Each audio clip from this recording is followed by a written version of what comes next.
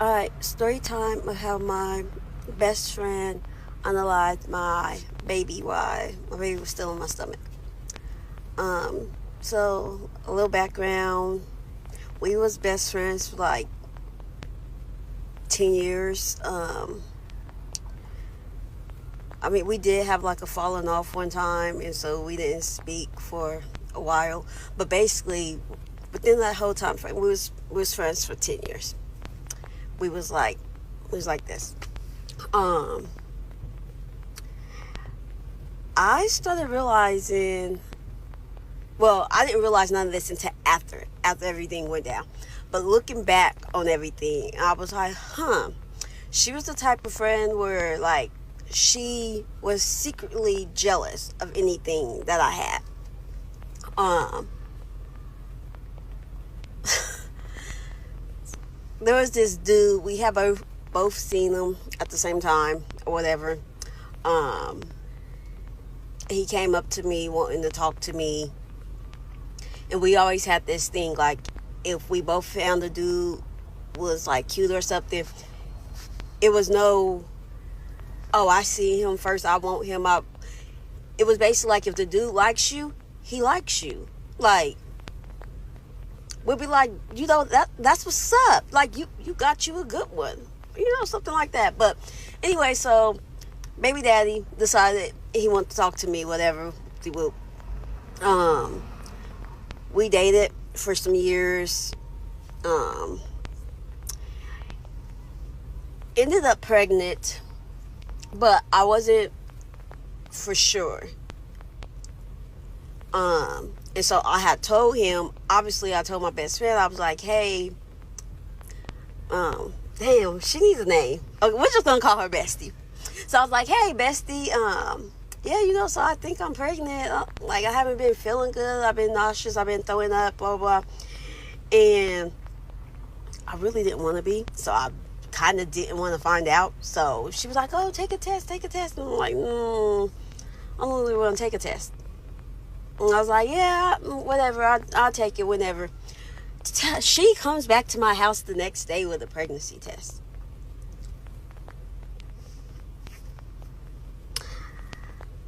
She's like, we both could take one. And so I'm like, all right, cool. Let's both take one. Both of our tests ended up being positive. So I'm like, okay, like, you ain't told me you was messing around with nobody, and we tell each other everything. So 2 and 2's not added up. So she's like, yeah, blah blah, you right. The box must be messed up, blah blah blah. I'm like, I never heard of people getting like a false positive. I know like sometimes people get a negative. I don't know. But anyways, at the time I was like, whatever. We left it alone. Well, I left it alone. A few days later, so did you ever take another test? Do you want to go to the doctor? I'm like, I don't know. Day passed after that. Like, she keeps bringing this, like, am I pregnant? She keeps bringing it up. A day passes after that. Hey, did you ever find out did you take another test? So I was like, you know what? Forget it. Let's go get a test. So we both ended up taking another one. Hers comes out negative. Mine's positive.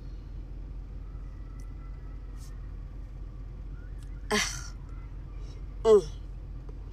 So then, like, I'm like, oh my goodness. So, I'm sitting on this. I'm like, okay, like, great. But then I started being a little happy, because I'm not even gonna lie. I'm not even gonna hold y'all. I started getting a little happy. And then when I told him, I was like, yeah, so I took a test and it's for sure positive, whatever. Whoop-de-whoop. He was happy. We was happy. Like, maybe a week goes by. I haven't told her nothing about making no doctor's appointment. I ain't said none of that, right? She's hit me up like, hey, do you know how far along you are? Do you know how far along you are? And I'm like, no. So day later, did you ever schedule your doctor's appointment? Like, how far are you? Like, are you in the first trimester still, second? And I'm like, I don't know. Like, I'll get to it when I get to it. Like, another day passed.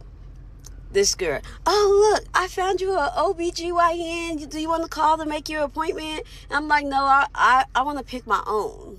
Let me do the research. Let me pick mine.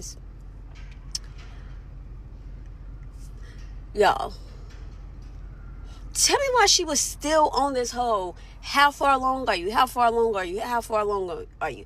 And I didn't understand why she kept asking me that at the time. But I do now. So anyways, this is already long. So go to part 2 if you want to know what happens next. Okay. Part 2 of how my best friend unalived my baby in my stomach. Okay, so before I tell y'all how she did it, what was I telling y'all before? Oh, yes, so she kept asking me how far along I was, and everything. Like I said, looking back on everything and how everything played out, I realized like she was very jealous of anything I had. Anything I got, I realized like it was like fake. Like she'd be like say I got this, and I'd be like, oh, Bessie, look, I got this, blah blah. She'd be like, yeah, cute, that's cool, or whatever. And at first, like, I just thought, all these years that's just been her mood. That's just kind of how she is. But no, she legit was just jealous of everything I had. And before I found out that I was even pregnant, we had talked about it years ago that, it would be so cool if we get pregnant around the same time. Our kids could grow up together and hopefully they'll be the same sex, blah, blah, blah.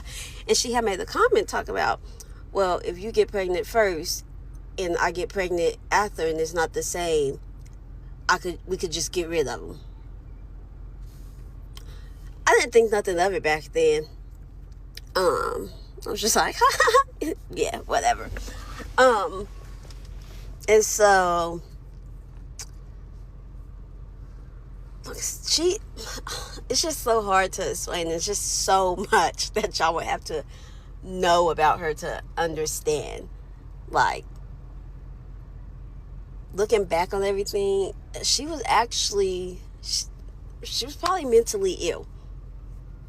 But she hid it so well. And now that I sit back and I really think of things, I also think like she hid it well behind me. Almost like I was her shield. Like if my life was going good, her life was going good. Kinda. Like if people was to look in and they would see us, they'd be like, oh, yeah, they good. I was her shield for everything. Like if we were somewhere she really didn't want to be there or something, she would just pretend that she wanted to be there, like if I was having a good time. Or like say I was just like, nah, I'm not feeling this. She would be quick to like, yeah, let's go. But y'all, when I tell y'all how she came up with this plan, she was evil.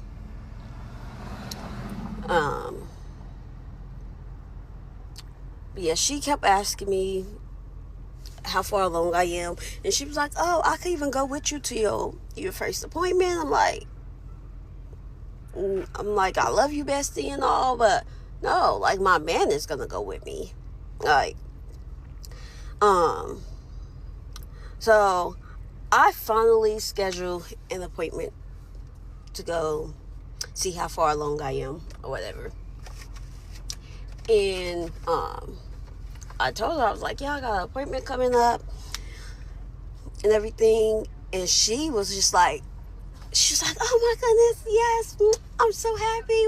We finally gonna be able to know how far you are. And I'm like, well, I mean, at the end of the day, we know I can't be that far. I mean, we know that the baby's gonna be here within at least 9 months. 8-9 months. We know that much. But she was so excited.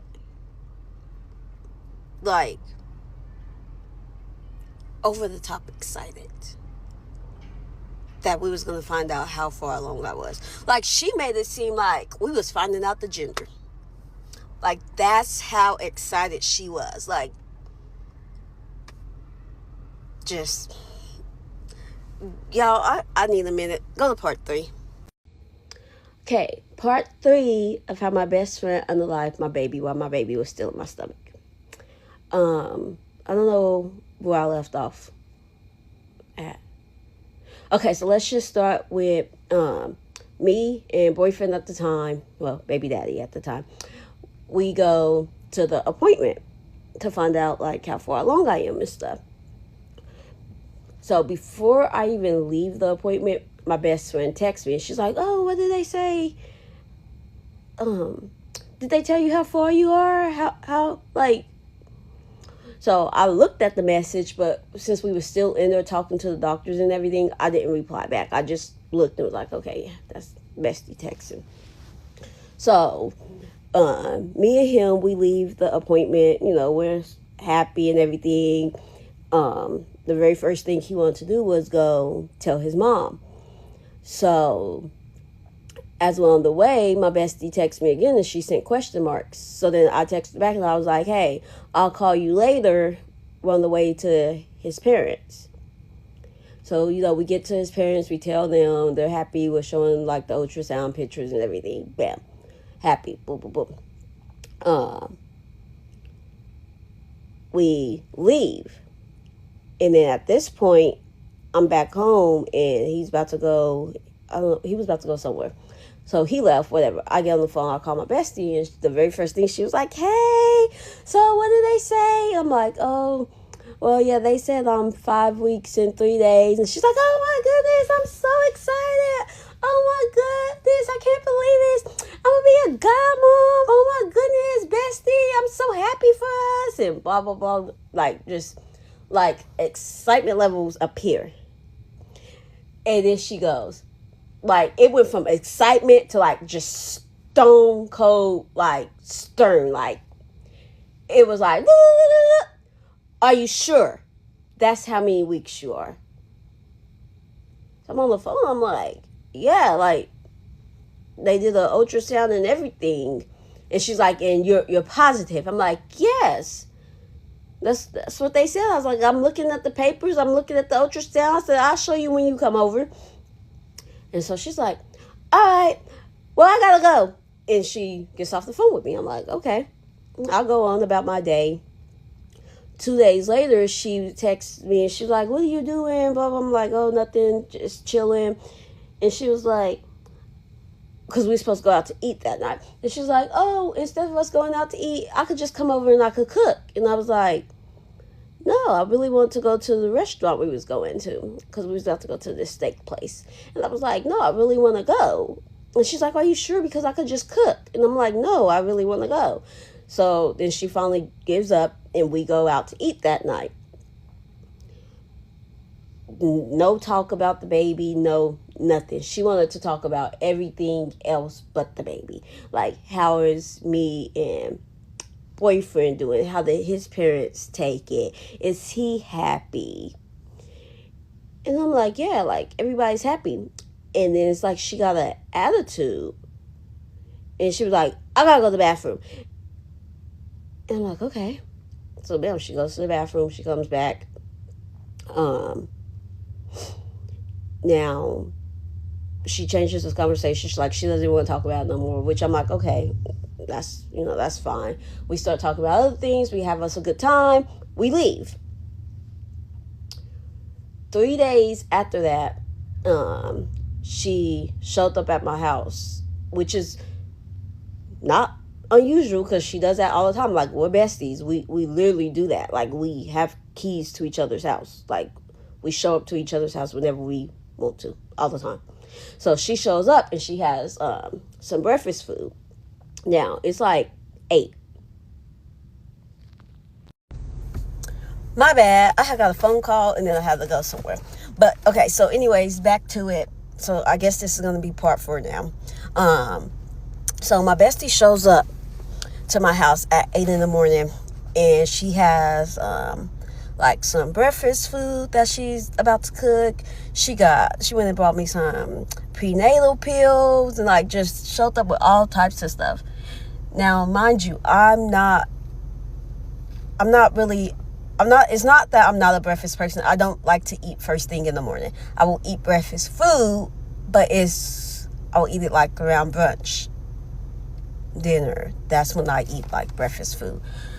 So I'm like telling her, no, you don't have to cook. I really don't feel like eating. She's all like, no, you got to start eating. You're pregnant. You got to start eating breakfast, blah, blah, blah. And so she cooks or whatever. As I'm in the living room watching TV, all cuddled up in my blanket. And she cooks. And she brings me the breakfast. She brings me some prenatal pills, and I take iron, and so she bought like my iron pills and all that, right? So I eat the food and everything, take my little pills. We go on about the day. My stomach started hurting, like I started cramping. And she's like, oh, are you okay? And I'm like, I don't know. Like, my stomach hurts. Now, remind y'all, I don't know how a pregnancy is supposed to feel at this point. So, I'm just like, okay, yeah, my stomach hurts, blah, blah, blah. And she's telling me, oh, it's okay. Let's just go lay down, blah, blah, blah. So, me, again, I don't know. So, I go with the flow, and we go back to my house, and I'm laying down and stuff. Next day, she comes over again, cooks breakfast again, gives me all my pills I need, everything, right? Like all of it. And then after I ate, then I was feeling horrible. So she goes, oh, let me make you some chicken noodle soup. Not me thinking anything of it. She goes, makes the chicken noodle soup. This is maybe like there's a big dog. This is maybe like an hour later. She makes the chicken noodle soup, whatever. I eat it. Like a few hours pass. Like I feel horrible. Like my stomach is in so much pain. Oh, let me make you a smoothie.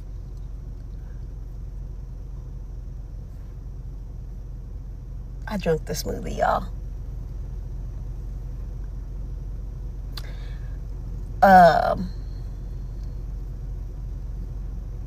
Yeah, I drank the smoothie. Never got any better. Was in even more pain. Like, the whole time this is happening and stuff, I'm talking to my baby daddy, and he was like, no, my mama said that's not right. You shouldn't be in this much pain, blah, blah. And he was like, I think we need to go to the hospital. I'm like, no, I'm fine. My bestie's here. Like, we're good. I'm like, it's just, and so I was like, no, I'm fine. So I was like, I'll probably just take like some Tylenol or something. So she goes, like, maybe this is like now after the smoothie, like maybe a few more hours later, she goes and she's like, oh, I'll go get your Tylenol, blah, blah. And she was like, I don't see any Tylenol. I have some what do they call it? Naproxen, which I think that's what they're called. Anyways, there was some other type of pain medication that's safe that you could take while you're pregnant. It's not Tylenol, whatever the name was. She was like, oh, okay, yeah, let me go look. And so she brings me back the pill and something to drink. By this time, y'all, it's dark outside. It's dark in my house. It's not like I'm sitting there with the lights on. I take the pill and drink the drink or whatever. maybe a few hours after that, I am in so much pain that I'm literally in my bathroom on the floor. And then I looked down and I started bleeding. So I started panicking. She runs in there and she's like, "Oh no, it's fine, it's fine." And I'm like panicking, and I'm like, so I'm calling my baby daddy, and he's like, "No, I'm on the way. I'm about to come over there. I'm on the way." And she's like, "No, it's fine, it's fine." And she was telling me, "Oh, it's fine. Sometimes, you spot when you're pregnant. This same thing happened to my auntie." Y'all, I'm about to be stuck in my car because there's a big dog in front of my house. But she was telling me, "Oh, it's fine. This happened to my auntie before, blah, blah, blah, this, that." So she's like going on Google, and she showed me, she's like, "See, look, it's normal. You can't spot sometimes." So I'm like, okay, that's a little bit reassuring. Like, she was just so adamant about me not going to the hospital. And my dumb self was like, okay, bestie. Because obviously my bestie would never do anything to hurt me or my baby, right? Yeah.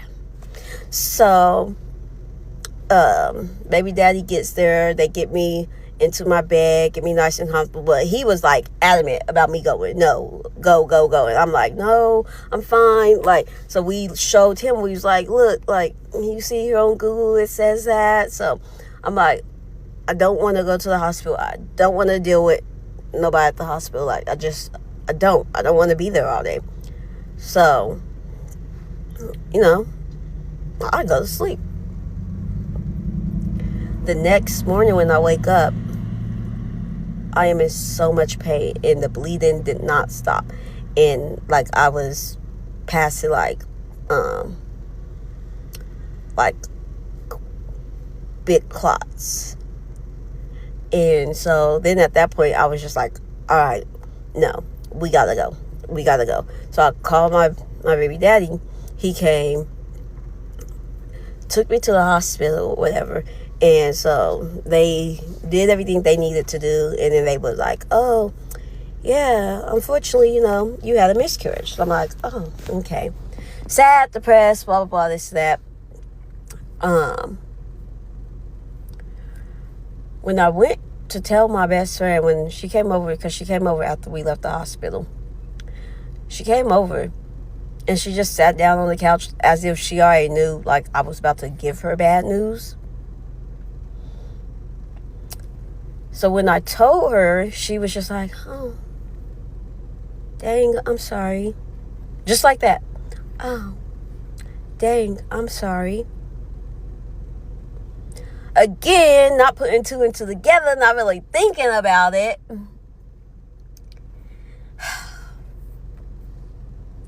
She ends up leaving.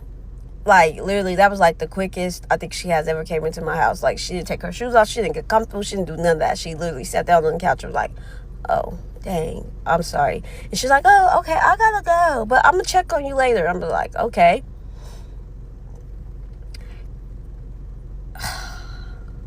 Dang, this is already so long. I didn't want to make a part 5. Anyway, well, if y'all want to hear what happened after that, basically, because at this point we already know. Well, we don't know yet, but she unalived my baby, and she knew she did it. But if y'all wanted to know what happened next, just let me know. Story time about the time I ran away and got pregnant at the age of 16. So if you know me, then you know I do have a YouTube channel. I started posting on this channel since way before this situation. I just never was consistent with the channel. Also, don't mind the filter. I just got off of work. I look chopped right now. So yeah, once I turned 16, I ended up pregnant, and I decided that I wanted to start back posting on my YouTube and just based it off of teen mom lifestyle. I posted a 16 and pregnant story time. I did not include the whole running away part. And I just didn't like the video. Now that I look back at the video, I don't like it. I am 20 now. I'll be 21 years old this year. And just looking back, the audio was just the audio was not it. I left out a lot of detail. And also it was just very choppy, and yeah. So I just want to retell my story and just add more that I didn't share when I was 16. I did stop posting on that YouTube channel a long time ago because of life, but I'm thinking about restarting. But I just want to start off with TikTok and doing story times right now. All right, let's get to the story. So I'm gonna start off about how me and my baby daddy even met. So when we met, I was 14, he was 15. So this girl that I was friends with at the time was talking to this guy. The guy was my baby daddy's friend. So her and the guy have been talking for a while, and they was talking about seeing each other. Mind you, me and her is the same age. We're both 14 at the time. The guy she was talking to was much older. I'm not sure how older. And then my baby daddy, he was 15. So they were talking about linking up whenever they could. And when they were on the phone, his friends were around. So it was him, my baby daddy, and another guy. He stated that he wanted to see her that exact date, and his friends was overhearing the conversation, and they asked if she had any friends or siblings. So she put me in the camera, and they like, oh, she cute, but mind you, it's only two of us and three of them. So I'm like, put your friends in the camera so I can see which one cute and which one I want to talk to. So I chose the other guy, not the guy that's my baby daddy, the other one. Keep that in mind. Also, my baby daddy and his friends don't stay in the same city as us. They stayed 2 hours away. So we all agreed to link up at this arcade. Like I said, she was talking to a much older guy, so he was able to drive, and they came down here and met us at the arcade. At the time, we're only 14. My mom wasn't a strict parent, but it was certain things that I could do and just certain things that she was not about to let slide. So she did allow me to go out and have fun, like go to parties, little stuff like that. So we asked my mom if she could take us to this arcade to link up with some friends. So we get there, my mom stayed outside and we went in and linked up with the guys. It was around COVID time, so I'm not sure who the guy was that I chose over the phone, but I just waited for one of them to come walk up to me first. So my baby daddy, which is the guy that I did not even choose, walk up to me, and then we just clicked since then. We've been talking since then. We ended up getting into a relationship. We ended up being together for 2 years and some change. But out of those 2 years of us being together, we only seen each other like not even 10 times. I'll say about 7 times or less out of those 2 years is when we saw each other in person. So it was really a virtual relationship for real. Like the only time I was able to see him is when the older friend, could come down and bring him to visit me. My mom ended up meeting him, so there were times, probably like 2 times, that she took me to his city to go and visit him. And also sometimes I would see him when I go to visit my dad, because my dad lived a little closer to him. So my dad will allow him to come over and spend a little time with me. But yeah, like I said, out of those 2 years and some change, we barely saw each other in person. So I turned 16 in July, and we had stopped talking for probably about a month or two. So I had my license when I was 15, but I got my car on my 16th birthday. So months down the line, we ended up getting back in contact with each other. I think he probably hit me up first. And I told him that I finally had a car. So we were talking about how we miss each other so much and wanted to see each other, blase, blase. So I am young. I'm only 16, and my mom is not about to let me take a 2-hour drive to go and see my boyfriend in another city. And like I said, my mama did like allow me to have a boyfriend. She did allow me to see him and visit him and stuff like that. But it wasn't as much as I wanted. Like I said, we barely got to see each other. You had to catch her on a good day. Like I had to catch her on a good day for her to be able to take me to go and see him. Also, I forgot to mention, him and the guys stopped being friends, so he was no longer coming to my city to see me. So I'm 16 now, senior in high school, because I did skip my junior year. So I'm 16, a senior, got a car. So I just feel like I could do whatever I want, whenever I want, drive wherever I want, just do whatever. Without my mom having to take me and being around. So we talking about how much we miss each other or whatnot, and we talk about me coming to see him. So I told him that I was going to come and see him, but he did not believe me. But yeah, that was my plan, to go and see him. That was part of my plan. Little did he know I was sneaking out and I was planning on not coming back. So I didn't tell him that was the plan because I didn't want him to try to convince me not to do it because I had missed him so much. Just being young, dumb, stupid. So all that day I had in my mind that I was leaving that night when everybody went to sleep and not coming back. So that nightfall, everybody's sleeping. And if I'm not mistaken, I left out very early morning, like the sun not even up. I packed up my entire wardrobe, all my hygiene products, everything that I needed. I packed it up. I had about like 2 fat suitcases. I also packed up all my electronics, and I did. I snuck out the window. I snuck out my room window, and I did. I was surprised that my mom didn't even wake up because my car would be parked right in front of the house. So like when somebody pulling up in the yard, when somebody cranked their car, when somebody closed their door, you can hear all of that. So I'm surprised my mama did not hear that, and her room is like at the front of the house. So I cranked up my car and tried to leave out the yard as fast as I can. I didn't close the door until I got down the road. So once I got off of my road, I was like, yes, I accomplished. Now let me go and take this 2-hour drive, y'all. Oh my God. I was so crazy for this. And now that I can like laugh and like talk about it now. But once we get deeper into the story, it wasn't funny then, but it's funny now. Like, that was the craziest thing I ever did in my 16 years of living. Comment down below if you guys want a part 2.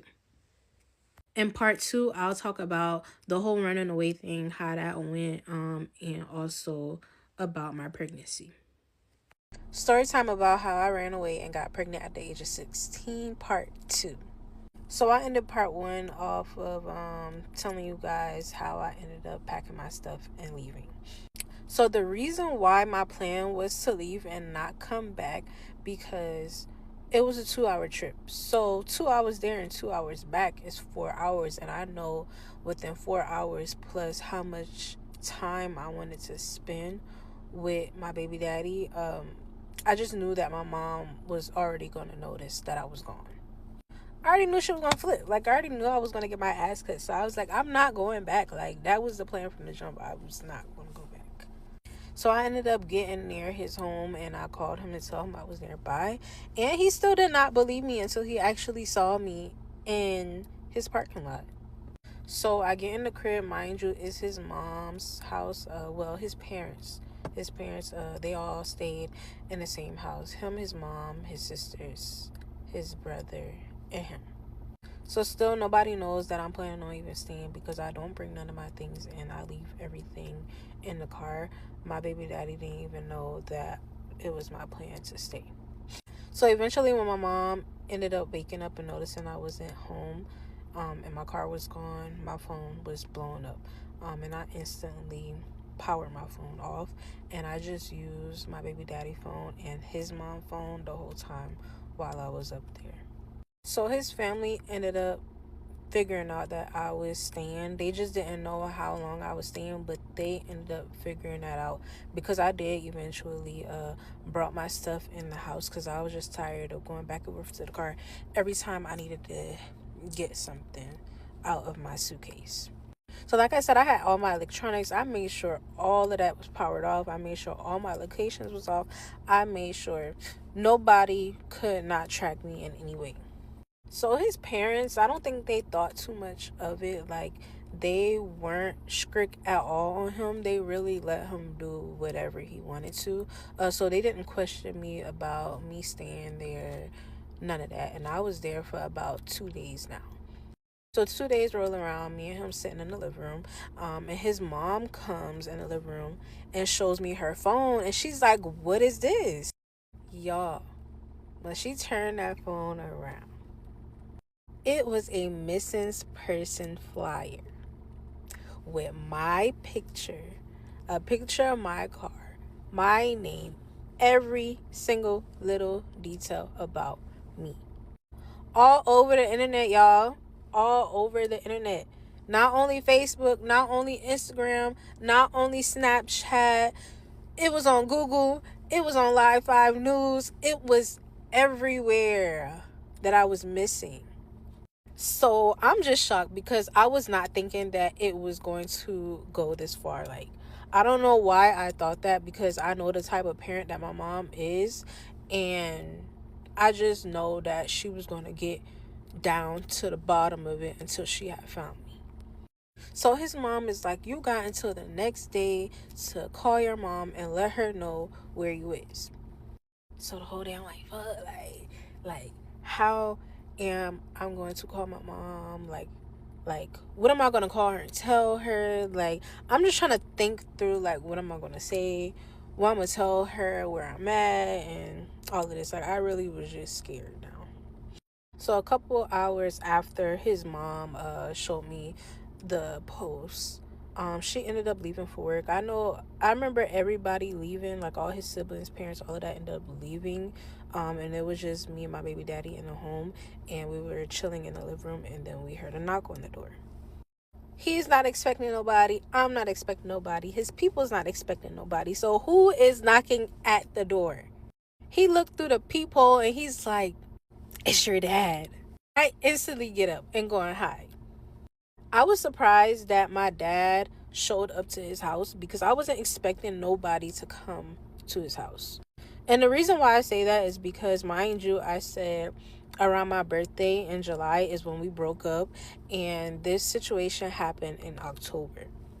My mom knew that we broke up. My mom knew that we were no longer talking, but she did not know that we started back talking in October.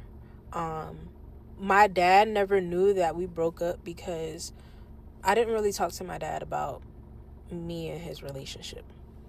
So my dad was the first to think, oh, like, let me go to his house and see if she over there. My mom wasn't thinking that because, like I said, she thought me and him was no longer speaking.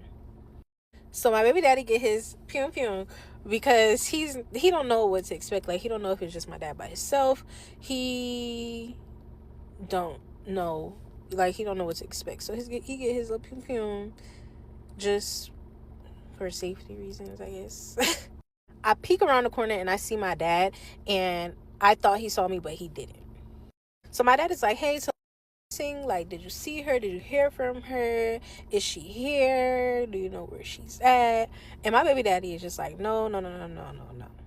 So let me rewind. I forgot to mention that my car was no longer in his parking lot, because after I saw the missing person post all over the internet, I wasn't expecting nobody to come to his house, but I just moved my car just in case. So his sister lived not even 5 minutes up the road from him in a whole different complex. So I parked my car in his sister complex, but it was like in a little duck off cut area. So I wasn't expecting nobody to find my car over there.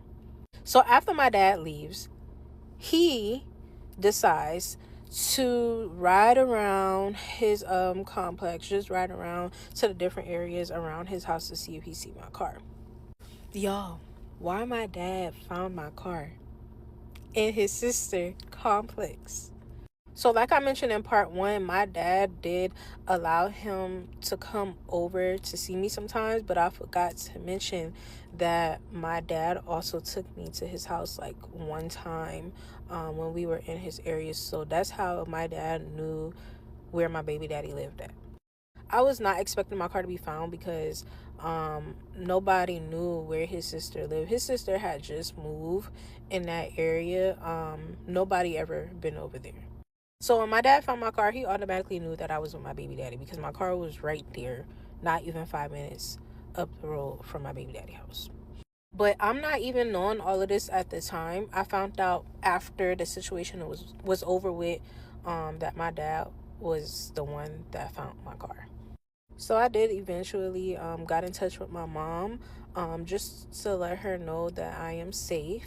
But I did not let her know where I was at The phone somehow ended up being disconnected. I can't remember how, but I just know that I spoke to her for like not even 2 minutes on the phone to just let her know that I was safe.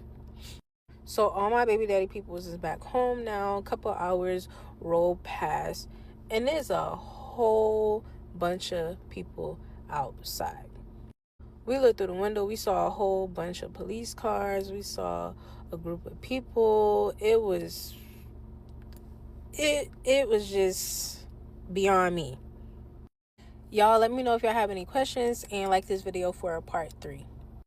Story time about the time I ran away and got pregnant at the age of 16, part 3.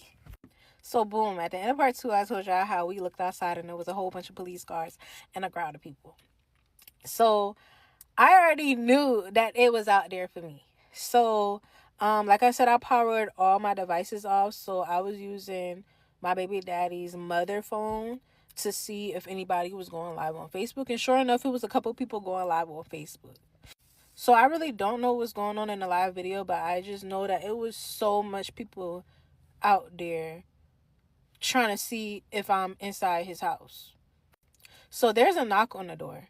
Me and my baby daddy is hiding inside his mother's closet at this point because we don't know if the police was going to come into the home and search or anything like that. So yeah, we were hiding. Hear a knock on the door. His dad opens the door, and it's my aunt. So my aunt is like, hey, my niece's dad was just here not too long ago to see if my niece was here, and he found her car up the road. So I would just want to know, like, if it's okay for me to come in and just see if she's in here because she's missing and we're looking for her. So the reason why my aunt came to the door and asked is because the police couldn't come into the home and search because they didn't have a warrant.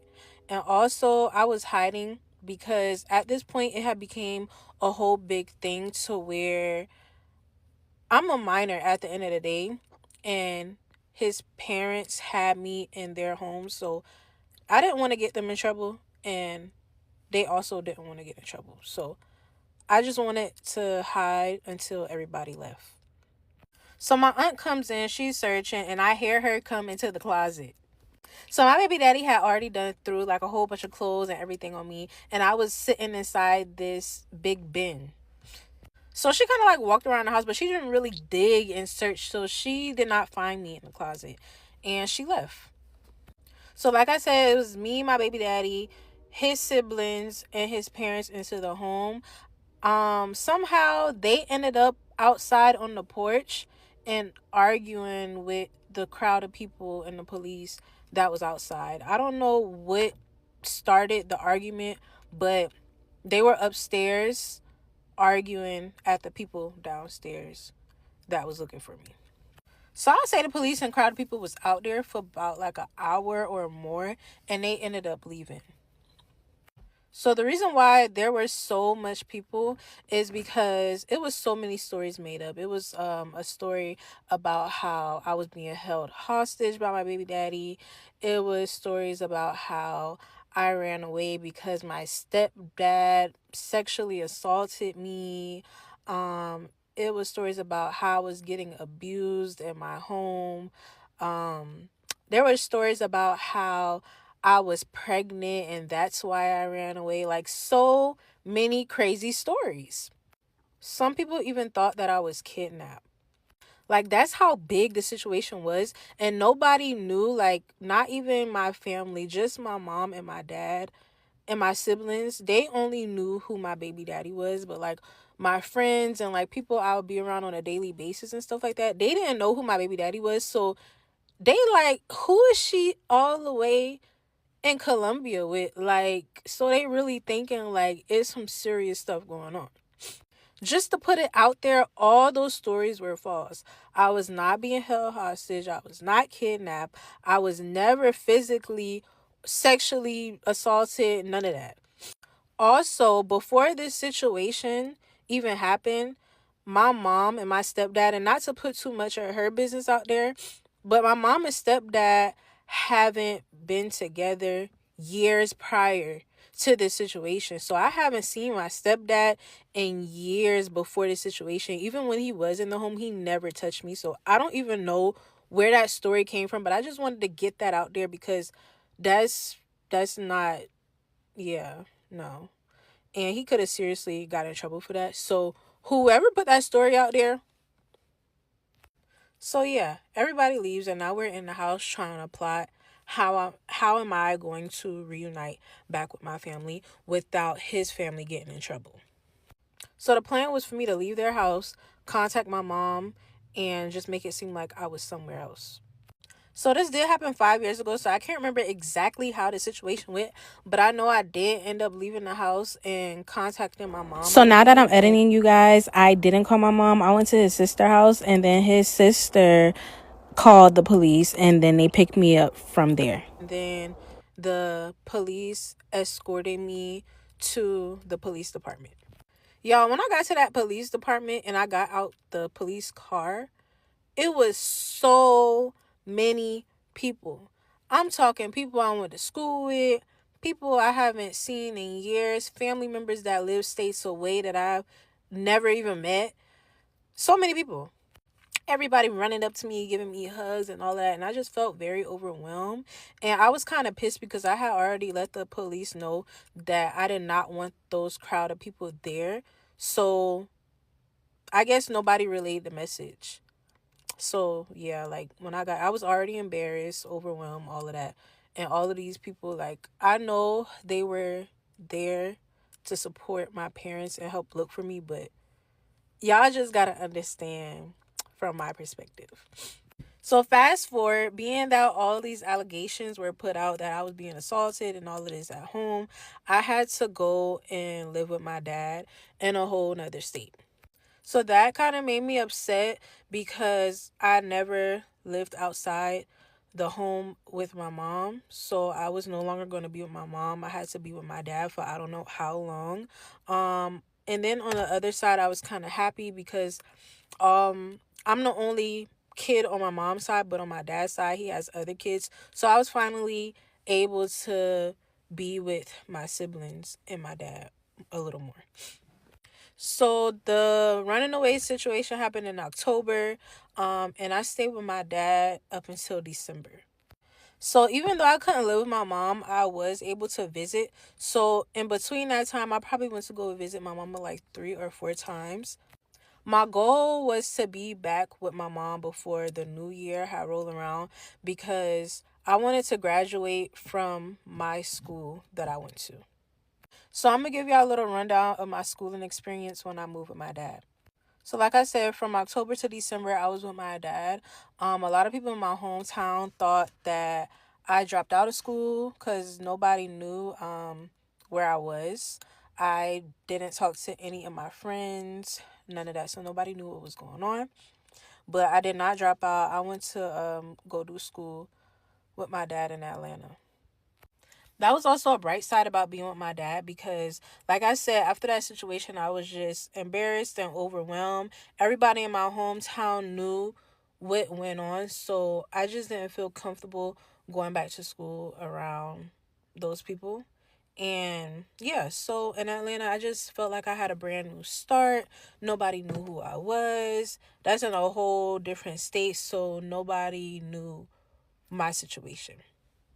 I also was in school with my older sister as well. We both were seniors, so that was another good thing. And I became friends with a couple of people there, and I met some of her friends as well. But my reasoning for wanting to be back at my original school before the new year rolled around is because, like I said, I was a 16 senior in high school, so I had did all my requirements that school required for me to graduate early. At the new school, there were different requirements, so I had to take extra classes and all of that to still be considered a senior. Also, at my old school, I was like top 3 of my class, but then when I went to the new school, my ranking went down because there was so much other kids there. And then also nothing from my old school could get transferred over. So yeah, basically I had to start over, and it was like, dang, like everything I worked so hard for just went down the drain. So that was my main reason of wanting to go back to my school in my hometown. And also because all my family and all of that, they all graduated from the school I went to. So I just wanted to keep that going, you know?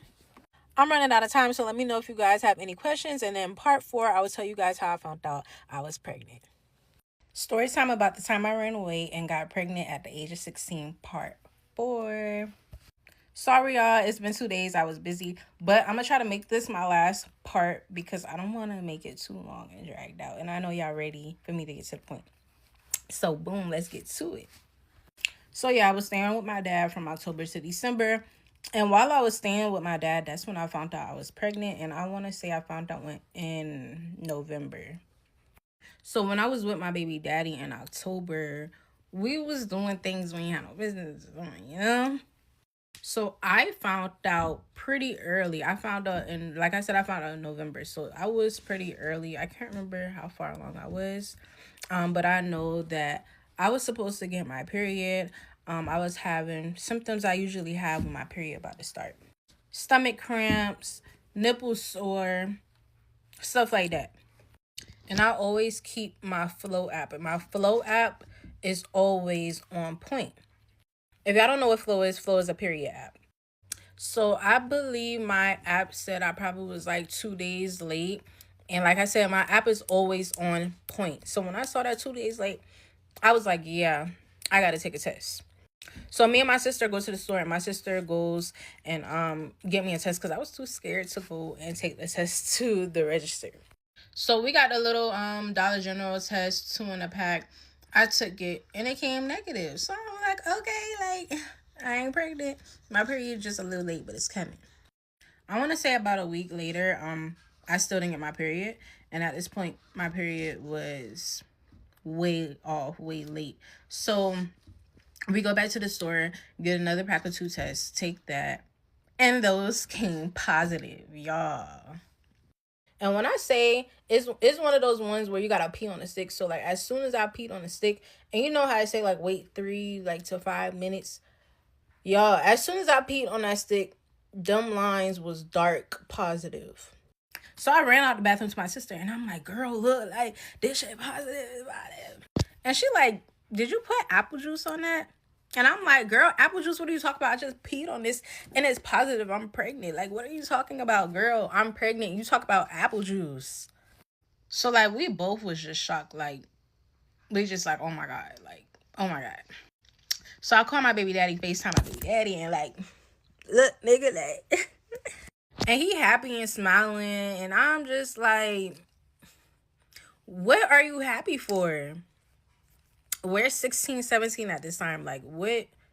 We're babies. And third person I told was my oldest sister. And I can't remember her exact reaction, but I know she was just telling me that I needed to tell our dad. So I know I was just going through a whole lot of emotions. I know I cried when I found out for a little bit. And I was just going through a lot because I went through that whole running away situation in October. I had to get up and move to a whole different state, start new school. And now I'm finding out I'm pregnant and I'm only 16. Like, how could life get any worse? Like, dang, all I did was just wanted to leave for a couple days and go be my boyfriend. And this is what happened. Like, that simple little thing turned into something so big. Like, I was in distraught, y'all. And not only did I run away because I wanted to see my boyfriend, but also I was going through like little personal stuff, like nothing too serious, but just little personal stuff, and I was going through it mentally. So I just wanted to get away for a little bit and just go be with my man. Yeah, I thought that was just gonna make things better. Yeah, the whole story just crazy. So I want to say about a day or two later, I think it's like a day, I had ended up pulling my dad to the side and telling him, and I was supposed to see my mom that same week. So I'm like, I don't want you to tell my mom. I'm going to tell her in person when I go and see her. So he's like, no, we're calling your mom and telling her right now. And I was just not prepared to tell both of my parents on the same day that I'm pregnant. Like, dang, like, why I gotta tell my mom over the phone? I had to wait till I got in person to tell her. Like, I was gonna tell her. So he ends up calling her and telling her, and a mother just knows. So she already knew, like, she already had a feeling, gut feeling that I was pregnant. So when I found out that I was pregnant, that's when like other symptoms started happening, as far as me just having really bad headaches. Like I had really bad headaches my first trimester. I didn't have any morning sickness, nothing like that. I really had a easy, smooth pregnancy, and I thank God. I thank the man above for that easy, smooth pregnancy. And I was also sleepy all the time. So it was kind of hard for me to stay awake in school. And it's not really no medicine you can take while being pregnant for headaches. So I just had to deal with the headaches. And yeah. So fast forward to me going to go and visit my mom is the first time I saw her in person since I told her over the phone that I was pregnant. So my mom ended up taking me to the abortion clinic, and I was supposed to terminate the pregnancy, but I did not end up going through with the termination. Y'all, like, when I went to that clinic, it's something that you would see off a movie, like people outside protesting and all of that. Like, I did not know that they did that in real life. So yeah, all of these mixed emotions just going on. I really didn't have time to process, like, you have a human growing inside you. So I did not go along with the termination. So my dad was one of them parents, like, you was having opening your legs, you know what you was doing to have a baby. I support your decision, but I do not support abortion. So if it was up to me, you're gonna have this baby. And my mom, on the other hand, she took it very, very hard. I'm not going to disclose too much information, but she took it very hard. And I didn't grow up in a home with my dad. I grew up in a home mainly with my mom. So just imagine, like, the thoughts that was going through her head. Like, she probably was just thinking, like, oh, she failed as a parent. And she's just like, my little girl is pregnant, a baby having a baby. Like, she did not want that to happen. All in all, I decided to go along with my pregnancy, and me and my mom relationship went down the hill, and it just took a lot to work it out. But like I said, from a parent's perspective, I truly understand where she was coming from. It was a lot of things said and done, but we got over that. And my little boy is about to be 4 now, and she loved him so much. And I couldn't be more grateful for her, because she is a great grandmother to my baby. So yeah, y'all, after Christmas break, I was finally able to go back home to my mom.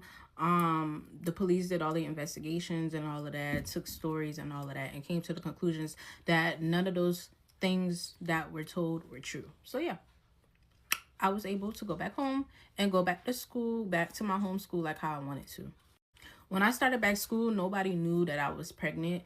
I did make like a subliminal post, and people had like my closest friends, they had their speculations, and they asked me if I was pregnant, and I finally came out and told them that I was pregnant.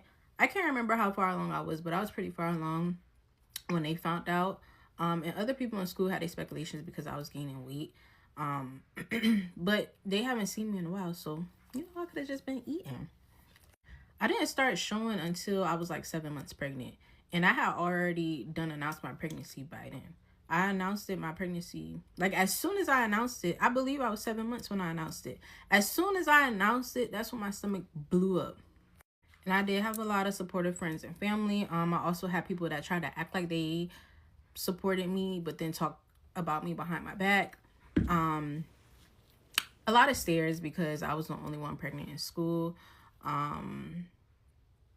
Adults talking about a child amongst other kids.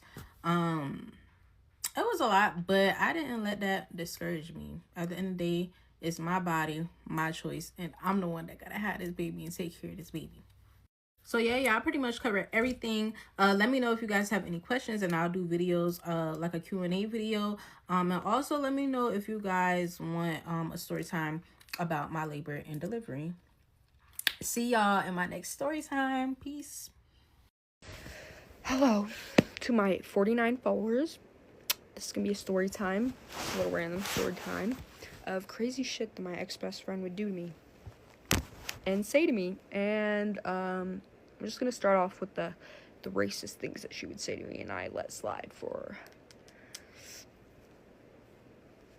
I don't know.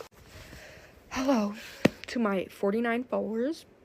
This is gonna be a story time, a little random story time of crazy shit that my ex-best friend would do to me and say to me. And I'm just gonna start off with the racist things that she would say to me, and I let slide for,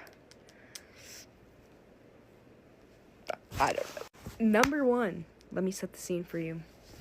We're hanging out, right? We get back to her house from McDonald's, probably, I don't know. I'm already in her room, and she's outside getting a package from an Amazon worker that's very much clearly Hispanic. Anyways, so she comes back upstairs, right, on the phone with her boyfriend, and she's just going on telling her boyfriend about how the Amazon worker looked like he was so in love with her and was so just amazed by her beautiful blue eyes, and she was so beautiful. And then she goes on to say, oh yeah, I think he was staring at me like that because he never sees beautiful women like that. I cut her off right there, and I was like, are you trying to be racist? Because her saying that, it's like insinuating that, you know, I don't know, women of color aren't pretty. Like, he hasn't seen Hispanic women that are pretty. Mind you, she's blonde, blue eyes. And she was like, yeah, he never sees women like that. And she immediately, like, when I was like, are you being racist? She was like, oh, no. Like, immediately backtracking. It's just like the look on her face. Like, I could tell she got caught in what she was trying to say. Anyway, number two. Let's backtrack to number one. Let's make it obvious that she was literally about to say that he doesn't see women like this that are pretty from his country. That's clearly what she was about to say, and I had to stop her right there, because no way you're about to be racist and think you're gonna get away with it in front of me. Anyways, let's go to number two. That's number two. She would always, sorry, got a list in front of me so I can keep track of everything. It's 28 things, but anyway. So she would go on about how her boyfriend didn't think he was good enough for her because she was blonde. Right. So she would tell me all the time, she'd be like, he didn't think he was good enough for me because I'm blonde, and like, he would always date brunette girls and like girls with darker hair. I knew what she was trying to say already, and she was like, yeah, but he always told me like he was too scared to talk to me because I was blonde, and he was too scared, like he didn't think he was good enough for me. Like, are you insinuating, sorry, I love the word insinuating right now, but are you insinuating that women of color, that white women are superior to, like, oh, he didn't think he could get with you because you're white? Right. Number three, this is where it gets bad. She would try to say, like, embarrass me in front of literally anybody. Like, she would just randomly say it too and be like, yeah, you look Indian. Start this off by, nothing wrong with being Indian, but the way she would say it was in such a racist way, like it was bad to be Indian. And she would go, yeah, you look like you're Indian, and then start, like, mocking Indian songs or culture or whatever, and then would, like, I don't even know, dude. She would just go like that and then be like, you look Indian. Let's go on to number five. She would call me a yellow all the time. She would be like, yeah, oh my god, okay, set the scene again. We're at her ex-boyfriend's house. Mind you, she's boyfriend, but we'll get into that. She looks at me and she's like, yeah, you're a yellow bitch and I'm the white. I don't know what would possess her to say these things either. Like, it would just come out of nowhere, and she would just be like, yeah, like, oh my god, when she said that, I actually had to call it out. I looked at her and I was like, sorry, that kind of hurt my feelings. Like, I did not give her the go-ahead that, oh, you can make jokes like that, like, I don't know, I guess I would get it if it was another Hispanic girl, like we were both Mexican making jokes, haha, very funny, but like I just don't like racist jokes in general, and I was just like, long story short, I told her that it hurt my feelings and I was not okay with that, and that wasn't okay. And even her ex-boyfriend called her out, and he was like, yeah, that wasn't okay, that was low-key messed up, why would you say that? And then immediately oh girl, you know I didn't mean it like that. Oh girl, I'm so sorry. Girl, yes you did. Just let's just say racist at this point. Like, number 6, she made me believe that my family didn't love me and my mom did not love me, so she could touch me. Oh, let's get into that. Number 7, she would touch herself, like, down there, yeah, in front of me all the time. It got to a point, like, yeah, we were close to where, like, yeah, like, if we were out in public, we just go in the same stall, whatever, or like we would change in front of each other, kind of, but like turn the other way. I don't know. Like, yeah, we were close, but like that's just something you don't do. Yeah, but she would like reach in her pants, in her underwear, like rub herself, and then like smell it all the time. Like, look, she would be so into it too, and she would just like smell and be like that, and then I'll be like, I would just be very, very clearly uncomfortable. So, number 8, right? Let's set the scene again. We're in her car. She does the thing, touches again. And, I'm just very clearly uncomfortable. I'm just, like, looking away, whatever.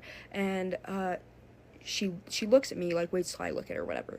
After she, like, gets, like, her discharge, and then shows it to me, right? And then licks it. Right, she eats it, and then she's like, oh, but I'm like, oh, like, I don't know, like, in these situations, I don't know what to say, like, it's just like, oh, why would you do that? I don't know, I was just, I kind of blacked it out, but she, like, was like, oh, my boyfriend loves it, like, he loves it, I just do it, like, I smell it to see if it tastes good and all that, I don't know, whatever, if you're gonna do that on your own time, do that on your own time, just don't do that in front of me, that's, like, that's, like, it's, like, weird, But let's fast forward to the part where she rubs it on my face. So she, like, first of all, she's, like, has it in her hand. Like, whatever the juice is, I don't know what it was. She, like, from her, she goes up to me and she's, like she's gonna touch me with it. And I'm, like, screaming. I'm like, no, don't touch me. Don't touch me. At this point, I'm screaming bloody murder because I don't want her to touch me with whatever the fuck that is, bro.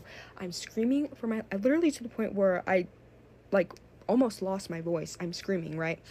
She doesn't care. She's getting a kick out of this, actually. It's like she's getting, like, getting off to this, like a sick.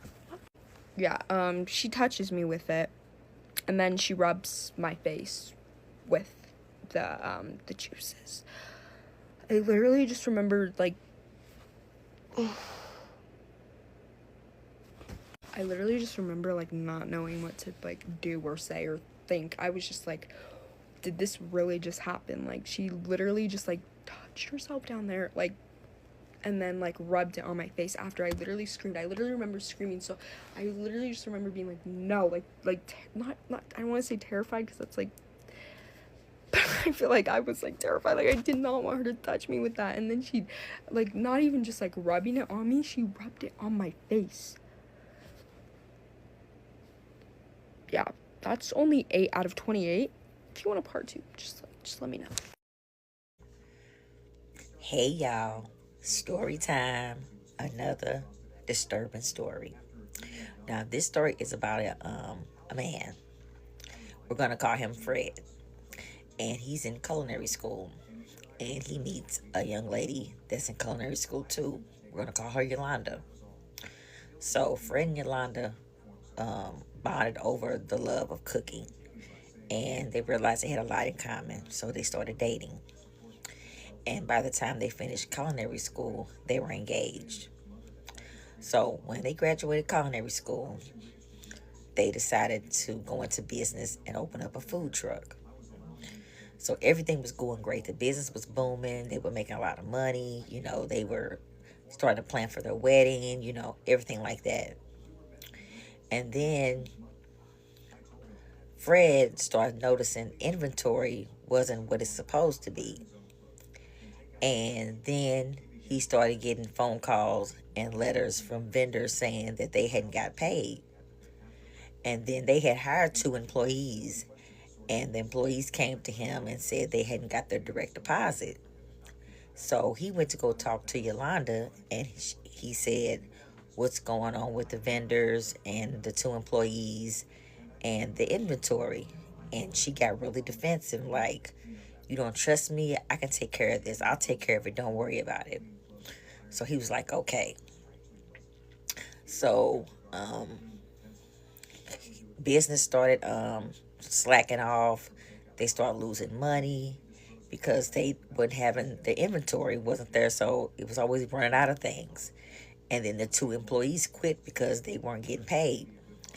And Fred went back to Yolanda and said, you did not take care of what you need to take care of. We lost our employees and our business is going down. And she's like, I did take care of them. And he just kind of like just looked at her and was like, whatever. So one night, he stayed up late, and while she was asleep, he went through the bank statements, and he started going through the ledger, and he was jaw dropped. He could not believe that the books were so messed up, and it looks like Yolanda was withdrawing large sums of money and putting it into her personal account. And he sat there and he stayed up all night and figured out how much she had stolen from the business. And it was about $75,000. And he was like, I can't believe this. So he's sitting there in the his office, and she wakes up the next day and she comes looking for him, and then she comes into the office and she sees his face and she already knows what's up. She's like, I can explain. He said, please do.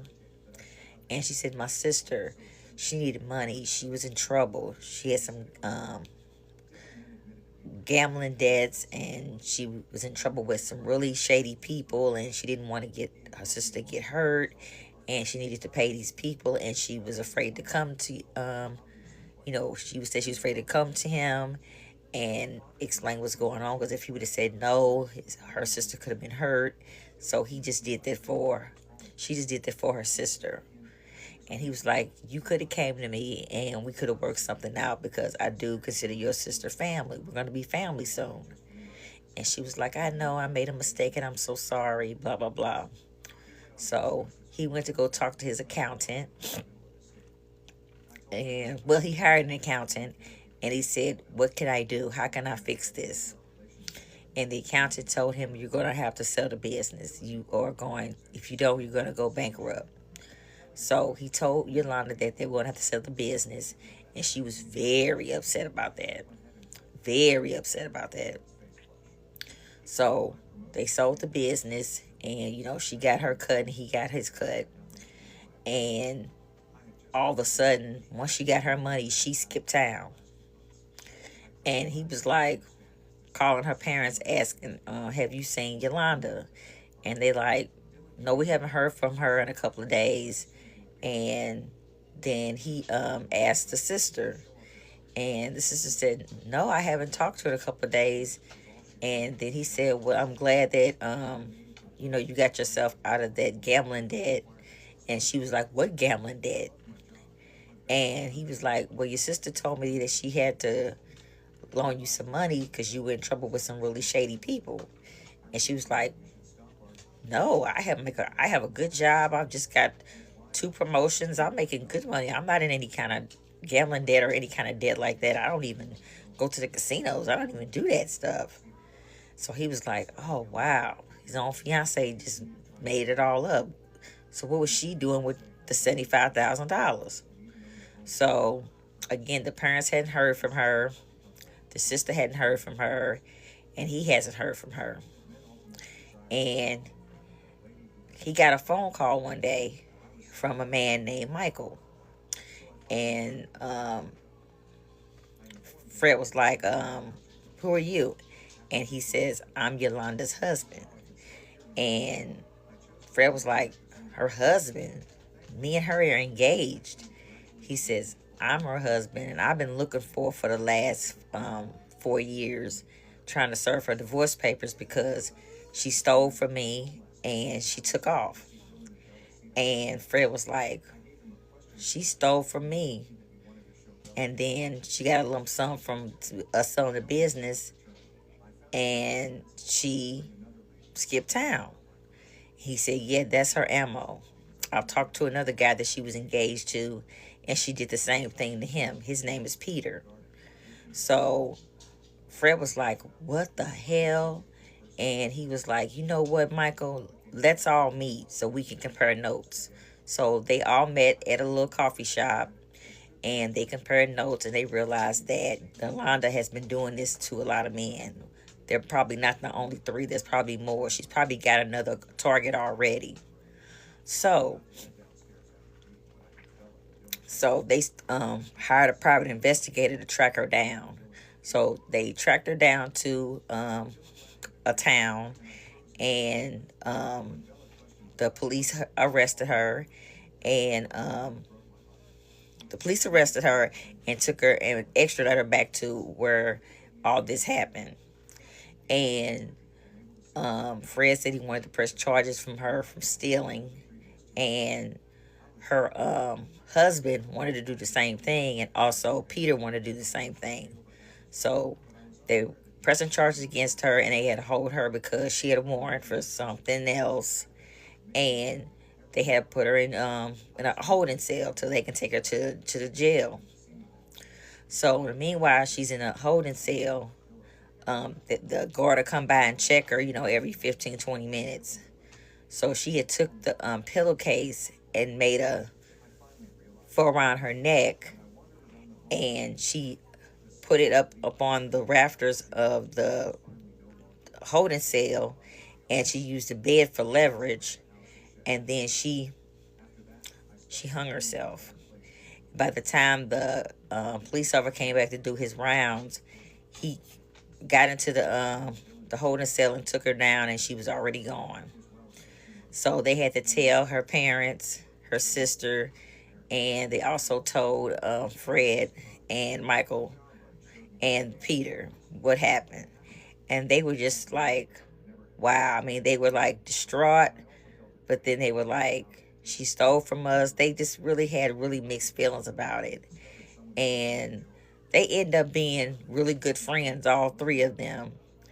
And Fred opened up a new restaurant, and he has been doing good ever since. And he's met a new woman, and they're engaged to get married, and he's living the life. And him and Peter and Michael, they go bowling together. They have drinks together. They do stuff like that. So they looks like Yolanda kind of brought these three guys together, even though she took her own life. And this is what happens when you steal from people and then you don't know what to do. So that's the end of that disturbing story. Y'all come back later because I'm going to go live on TikTok when I'm at Redmond Recreation Center. I'm going to go live. So y'all come back around 9:45, 10 o'clock, and I should be going live. So you guys know what to do. Heart, comment, repost, I'll follow. Talk to you guys later. Hey y'all, story time, another disturbing story. Now this story is about a young man. He's in high school. He's a teenager, and he is very popular at school, and he makes friends very easily, and he is on the football team, and they're scouting him out. So he's got a bright future coming ahead. And he lives with both his parents, and his mom is a real estate agent, and we're not sure what his dad does, but he makes a lot of money because they live in a really nice neighborhood. And one day, the boy came home, and there was a package sitting on the front door, sitting by the front door. And he grabbed the rest of the mail, and he saw the package. He picked it up, and it had his dad's name on it. So he brought it in the house and put it on the credenza with the other mail. And he headed to the kitchen and was making him something to eat so he can do his homework. So a little while later, his mom comes home, and she was like, "Did you get the mail?" And he was like, "Yes, on the credenza. There's a package for Dad." And she was like, "Oh, okay." So she just grabbed the mail and left the package sitting on the credenza. So then a couple hours later, Dad comes home, and he just looks worn out. He looks disheveled. He looks, exhausted. And the wife was like, "Honey, what's wrong? You've been coming home lately, and you've been kind of looking upset and distracted. What's going on?" He said, "Oh, it's just a lot of stuff going on at work. That's all. It'll pass." And then the son says, "Well, Dad, there's a package for you on the credenza. Something came for you today." And he was like, "Oh, really?" And then the son was like, "Yeah." He said, "Well," the dad said, "I'm going to go to my study and do a little work, and I'll take the package with me. And when dinner's ready, just let me know." So he goes upstairs, and he goes to his office with the package and everything. And maybe like an hour and a half go by, because mom is making dinner, and the boy is finishing up his homework. And the mom says, "Well, go get your father. Tell him that dinner's ready to come on down." So the boy gets up, and he's walking down the hallway, and he's getting ready to come up the steps. And all of a sudden, it was like an explosion. And it blew out all the windows in the house. It blew the boy back into a wall, and he hit his head. And it was just like, he was just like up against the wall. And it was like ringing in his ears. He couldn't hear a thing. He couldn't even hear his mother was screaming, and he couldn't even hear her screaming. He could just see her mouth. And next thing he knows, he's in the ambulance, and they're, checking his eyes and everything. And they like think he might have a concussion. And the mom is just crying and screaming like, "Please let him be okay. Please let him be okay." And the police are there, and they were like asking the wife, like, "What do you think caused this?" And she said, "The only thing I can think of is there was a package on our front porch that my son brought in, and it was addressed to my husband. And he took it up to the study with him. And then we heard a loud bang, and I was afraid to go up the steps." Well, apparently the box had a bomb in it, and it blew the husband into pieces. So there was pieces of him all over the study, up against the wall, brain matter, just everything. It was no way it was a complete body, it just like exploded. And the police were like asking the wife, like, "Do you know anybody that might want to hurt your husband?" And she was like, "Well, he's very secretive of what he does. I'm not even sure what he does for work." And they were like, "Oh, that's kind of unusual. Usually a spouse knows what their husband or wife is doing." And she said he's very secretive about it. He said he couldn't talk about it. It was really top secret stuff. And the police were just nodding their head. And they said, "We're going to need you to come down to the station with us and give us your formal, what you saw and what you heard. And then we can get on with the investigation." So she was like, "Okay, but I want to make sure my son's okay." And the son was like, "I'm fine. I'm fine. I don't need to go to the hospital. I can just let me release me to my mom. I'm fine." And they made him, mom sign something saying he refuses to go to the hospital, refuses treatment. So they get in the car, and they go down to the police station. They give out their statement. The son gives a statement, and the wife gives a statement. And then the police come back in, and they sit the wife and the son down. And they said, "We believe your husband has been working for the mafia, and we think that this might be a mafia hit." and we're really worried about your safety. So we're going to put you guys into a safe house until we know for sure if this was a mafia hit. You may have to go into witness protection. And the mom was like, just like, jaw just dropped. She's like, what? My husband works for the mafia? They say they're not 100% sure, but they're pretty sure that he works for the mafia. And the son was like, my dad wouldn't do anything like that. He's a good guy. And they say, you know, you never know.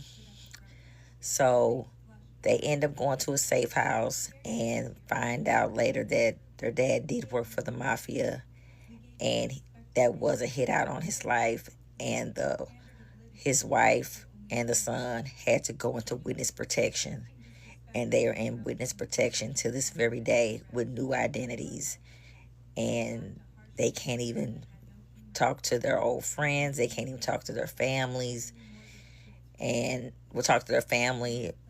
They're on their own, and now the son is adult, and he is dating somebody, and he's not even sure if he wants to settle down because he doesn't want anybody to know what happened to him. That his past might catch up with him, and doesn't want any danger anybody else. So he kind of lives like a loner, and the mom too. They kind of just, keep to themselves. And it's a very lonely life. Even though it's two of them, they have each other, they're very lonely. And that's the end of that disturbing story. You guys know what to do. You need to give me a heart, give me a comment saying you want more, give me a repost, and give me a follow, and I will follow you back. Come back tomorrow for another disturbing story. And just let you know, tomorrow I have a candle event, so I'm probably going to go live. So be looking out between 9:30 and 10 o'clock tomorrow morning. I'll be going live. So I really would appreciate you guys tuning in with me and conversate with me. And I'll let you know where I'm going to be at tomorrow. You might want to come in and buy something from Kitty's Candles. So see you guys tomorrow. Bye. Have a good day. Okay. So I always wondered why my dad never raped me or my sisters. And why he raped my cousin. It comes to find out that I just added two and two together. I don't know why it took me so long. But I remember a good core memory of my brother Daniel, who passed away 2023, who has the same birthday as my daughter. So he was always around. He was very protective of me and my sisters. I remember one time my dad was beating me really hard with a belt. And I just remember I was like 12 years old. My brother was there. He saw my dad really hitting me hard with the belt, whooping me. And I just remember my brother rushed him to the ground. And I just remember sprinting, leaving the house. And I just remember crying to my neighbors. Like I ran to my neighbors crying. I just sat there, I don't even know what happened afterwards. I think I tried to go back home, but I was just so scared and afraid. But I just remember my brother, like, almost try to like beat my dad up. Basically, like was about to kick his, you know, because he was spanking me. He was whooping me really hard. And so I was just curious, like, why didn't he ever touch us? So I think that's why so many people have a hard time believing me when I'm speaking out about my dad, doing that, physically assaulting me and raping my cousin. Because he hid it so well. They hid it so well. So another story time about how my mom let my stepfather essay me. I know this is like a sensitive, subject for a lot of people, but for me, it's not. It's not really stuff like it's. I'm over it. Basically, how everything started was my dad passed when I was. Yeah, so when he passed, my mom moved us to Alaska, like 3 years after that. At first, we were going back and forth, And my mom was talking to somebody else. We gonna call him T. We fucked with T. It was cool. We used to, yeah, we liked T. But no, she chose, we gonna call him AS. So yeah, so when she meets AS, we moved fully to Alaska. We got a house and everything, boom. I'm like, okay, we meet him. At first, he was cool for like the first 2 months. Then stuff just started getting weird. She basically started letting him put his hands on us. You're not our pappy. You failed me. That's why I don't really have a close relationship with my mom, because I would never, ever let nothing like that happen to my daughter. But long story short, yeah, as my mom stayed with him for like 10 years of my life. So around when I was like 11, no, I'm going to say 7, because that's when it really started. He had touched my chest and said, oh, you growing titties. Why is you even looking? Is you all right? Boom. Fast forward, I tell my mom, and you know what she says? She tells him, don't touch her like that ever again. And that was the end of it. Now, if that was me, and it was my daughter, he would have been getting put out. He would have been going to jail. Once again, exhibit A of how she failed me. Boom, fast forward. Around when, I think I was like 12 or 11, my mom had went to jail. And I'm not gonna lie, I really don't remember the time frame, but I know she was gone for like a couple months. Not gonna lie, like no less than a couple months. And we was bouncing from hotel to hotel with this man. He was having girls in there. He used to have us in the bathroom while he, getting it in with girls on the bed. Like, it was just so much going on back then. Boom, fast forward. He done tried me. And you know me, I'm scared because he used to beat on us. Duh, I'm scared. So I just let it happen. Then, when my mom got out of jail, I told her. And the only thing she gave a fuck about was him being with a bitch. Like, what type of shit is that? Like, come on now. Like, that's the only thing you really cared about? But, yeah. After that, we done moved to Michigan when I turned 14. So, just come back for part 2. Because this is too long already. Story time part 2 of how my mom let my stepdad essay me. So, basically, I left off where I moved to Michigan when I turned 14 or whatever. Me and my older brother, who is 21 now, but back then I believe he was like 16. And then my other brother, who was right under me by 2 years. So if he was, my brother was 15, I was 14. That means he was 12. Yeah. We moved to Michigan, and basically we were low-key brainwashed. I'm not even gonna lie. Like, everything that was happening to us, we thought was normal.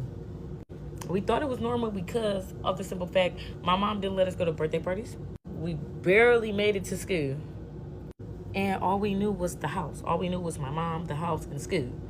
And barely school. So we moved to Michigan, and we get to talking to our grandma because we moved in with our grandma. My mom moved us, there or whatever. And after 7 days, no, it wasn't even 7, it was 4. She left us there with my grandma and went back to my stepdad in Colorado and took my 4 younger siblings. How you gonna leave your first, mind you, my mom first kids was her son, me, and then my little brother. Why would you leave us? Then you take our siblings to Eminem World in Colorado, taking them all over the fuck. Mind you, I only been to 3 states my whole life. I only been to Nevada, Michigan, and Alaska. Anyways, so yeah, she leave us with our grandma. Woo. We didn't really care. We left our grandma. We wanted to stay there anyway. And then she leaves us with her for 4 or 5 months without a trace, not a call, not a text, not nothing. So yeah, my grandma started, trying to get custody over us or whatever, and so we can get into school. Boom. So as that is going on, I'm getting closer to my grandma, and I'm feeling more comfortable to open up and tell her what had happened to me. She already knew about the abuse or whatever that was going on between my mom and my stepdad. And mind you, I was abused by my mother and my stepdad. Boom. So I told my grandma, and that's when CPS got involved. Once CPS got involved, it was like a court order basically saying, if I was to go back into my mother's care, he cannot be in the home at all. But in the midst of them 5 to 6 months, my mom went back to him, but then they ended up falling out again. And he tried to her. And that's even a whole nother story. So comment down below for part 3. So part 3, how my mother let my stepdad essay me. So I left up on the part where my stepdad was trying to my mom. When she first went to Colorado and took my 4 siblings with her, they were cool. They was cool for a little minute or whatever. Boom. They ended up getting into it because my mom started messing with somebody else. Boom. After they started getting into it, mind you, when all that is going on with my mom, we are with my grandma. And we were with my grandma, and the whole CPS situation was going, and my mom had temporarily lost her rights. And when she had temporarily lost her rights, we were still living with my grandma or whatever. But shortly after that, my grandma got mad because she didn't get any food stamps off of us. So what that caused her for her to put us out. She put me, my older brother, and my little brother out. My little brother went with his dad, and me and my older brother, we went to placements. Out of my whole life, I've been to 3 different placements. One is called Girls Town. The other one was called Crossroads for Youth in Oxford, Michigan. Then I also went to Wolverine. So at that point, after my grandma had put us out and we were living at where we were living at, we all got divided. My mom came back to Michigan. When she came back to Michigan, she kept trying to get us back. She pulled up to the placement I was at and tried to get me back. But I was so mad at her because she was just gone without a trace for months that I honestly didn't want to go back home. I was good in placement. I felt like I wanted to stay there with them. I was treated the right way, and, I felt loved for once. The fuck? And she also got mad at that and basically was like, I don't care. I'm getting you back. You have to come home. Da da da. You better tell them people that you're coming home with me and woo. I'm like, no. But yeah, after that, we started having more visits with my mom after she came back to Michigan. When we started having more visits, she started telling us how the house she had for us, like a few months back, because before we started doing the visits, my mom had told us that she was getting us back. And she had got a house in Southfield, Michigan or whatever. But half of the house wasn't finished yet, but the other side was finished. My mom had a 7-bedroom house. So 3 of the bedrooms was already ready. The other 4 on the other side were still getting fixed on, and it was a big piece of wall. I think that's drywall. It was like part in the houses because the other side wasn't finished. And somehow, miraculously, my stepdad moved that and started living on the other side. I'm talking about living in her walls. I'm talking about watching her walk in and out the house, knowing that it's like watching men walking in and out the house. Like actually using the bathroom in the motherfucking sink to let her know that he's there. Comment down below for part 4. So part 4, my mother let my stepdad essay me. So I left out on the part how my mom got a house in Southfield. I believe it was a 7-bedroom house because we never stayed there because of my stepdad living in the walls. So the first signs my mom seen was basically like little stuff going missing. 1 fork, 1 bowl, 1 plate. I don't know how the nigga got the bed on the other side or whatever, but my mom got all the documents in her phone. She's also thinking about making a book. Even though I don't like her, but she should make a documentary about that because that was a very traumatic experience for her. But long story short, it was that at first. And then she started to see like little holes in the wall. Her purse is going missing. Her money going missing. Then she woke up one morning and it stank so bad in the kitchen. And she went and looked in the sink. And he had literally shitted in the sink. So that's when she immediately knew somebody was in her house. Then she started putting up cameras. And she seen him slip through the motherfucking back door. And come from the motherfucking cement piece. Well, not cement, drywall piece. And seeing him walk out the house. After that, my mom started calling the police. Called the police. The police checked her house. And he was not there. He hid the bed, the 1 spoon, 1 fork, 1 plate, all of that in the walls. After that, he attempted to attack her when the police left. And the police came back. And when they discovered all that stuff in the walls and found that stuff, he immediately went to jail. My stepdad is currently in a Anchorage, Alaska jail because he had multiple warrants out there, and he has warrants in Colorado too. He got out in Alaska, but I think they sent him back to Colorado to finish his time. He also has warrants in the state of Michigan. But long story short, I had lived a very traumatic life, and I was traumatized. I was brainwashed. I thought everything that was going on was just okay and that it was right. Certain people say, oh, as long as you have clothes on your back and you're well fed, then you're good. Whole time, you're really not. Like, my mother is really not a good mother, in my opinion, because I could never let anything that she didn't let my siblings and me go through, I could never let my child go through.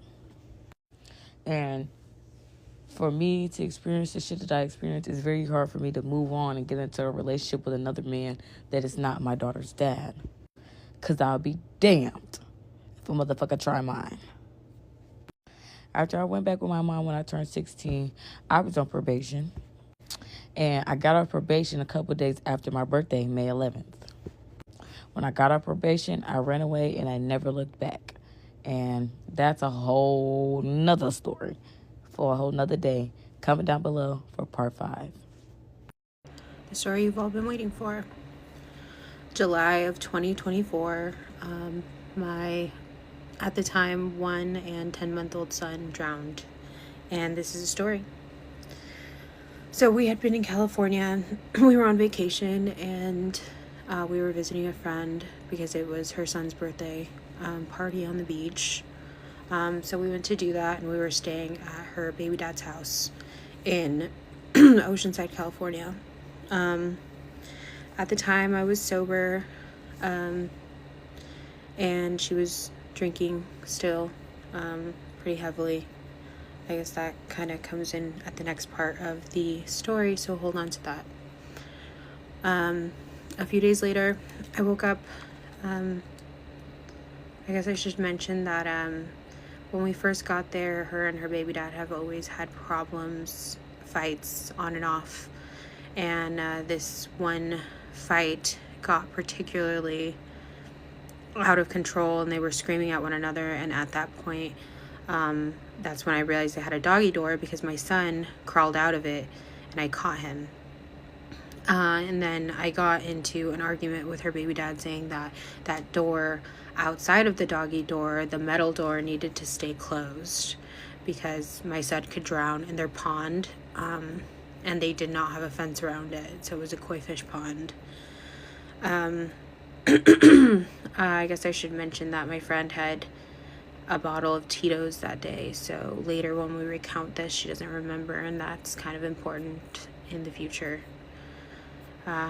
So a few days after that birthday party, we're at home, and he's not at home. I guess he had left to get beer or something in the morning. So it was just me, her, and her son. She was not talking to me because they had gotten into a fight, and he kept trying to come talk to me about it, and I just kept telling him, like, I don't want to be involved, like, this is not something that I want to be involved in, it's none of my business, like, what happens between you guys, it's like between you guys, I don't want to be dragged into it. And she took me to a lunch spot to kind of go off on me about how I wasn't a good friend because I wasn't taking her side. And I was letting her know that it wasn't about taking sides. It was about the fact that we were staying in somebody else's home in a different state, in a place that she wanted us to visit her at, but also a place that she had no say in. So I had no idea that if I started taking sides, if he would, like, kick us out into the street. And at the time, I did not have the money for me and my son to go to, like, a hotel room or something if things did not go well. And I tried to explain that to her, and she walked back to his place and left us there to pay off our lunch and get it boxed up. So there we were in Oceanside, walking back, like, alone to a house in a place that we weren't familiar with. And it's not like it was a bad area or anything, but I do think back to that, and I do think, like, that's so messed up. Like, who does that, right? Like, who does that to their friend and their baby? It's not just their friend, like them and their baby.